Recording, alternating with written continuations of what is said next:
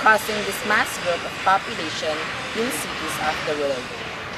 This can be divided into push and pull factors. Push factors are negative conditions that rural population are facing today. And the main push problems are population pressure and resources shortage, big farm and agribusiness, and the lack of food security. Pull factors are positive conditions of urban areas that attract people to them. The main pull factors today are job opportunities in cities, availability of food, thriving informal sectors, schools with better qualified teachers, access to health facilities, greater energy and entertainment for young adults. As cities develop, they form quite distinctive land use patterns and socio-economic and ethnic groups become more segregated.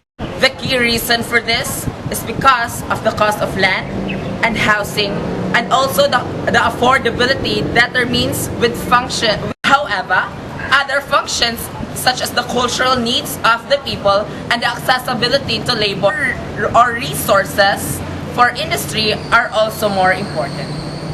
In short term, segregated cities enable people to settle into place and find their way. A cultural support of network of people and services is available. And this enables people to live relatively happy and secure lives. In some examples, this region can economically thrive like Chinatown in London. However, in the long term, ethnic segregation does not bring many positives. Ethnic minority groups feel cut off from the rest of the city, and majority of the group have a misinformed perception of threat based largely on media representation. When the government investment neglects these areas of the city, ethnic group become detached and a feeling of resentment develops. At worst, segregated zones become a no-go zones for majority group. Some places become lawless where even the police are afraid to enter.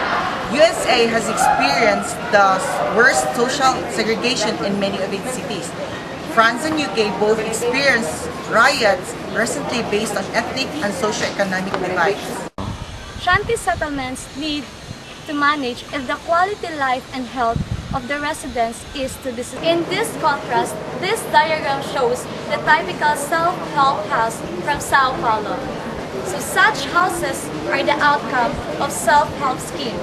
So with this scheme, the Brazilian government provided materials and security net for the people over at very low cost or through affordable credit.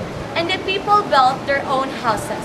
In addition, the government provided vital services such as water mains, sanitation, and electricity. So these schemes provided for the people living in a long-established slum. Lastly, and the most pressing of all, unsustainable urbanization inevitably leads to overpopulation. According to the Global Outlook for Water Resources to the year 2025, it is estimated that by 2025, more than half the world population will be facing water-based vulnerability. If this goes on, the earth runs dry, and so will our mouths.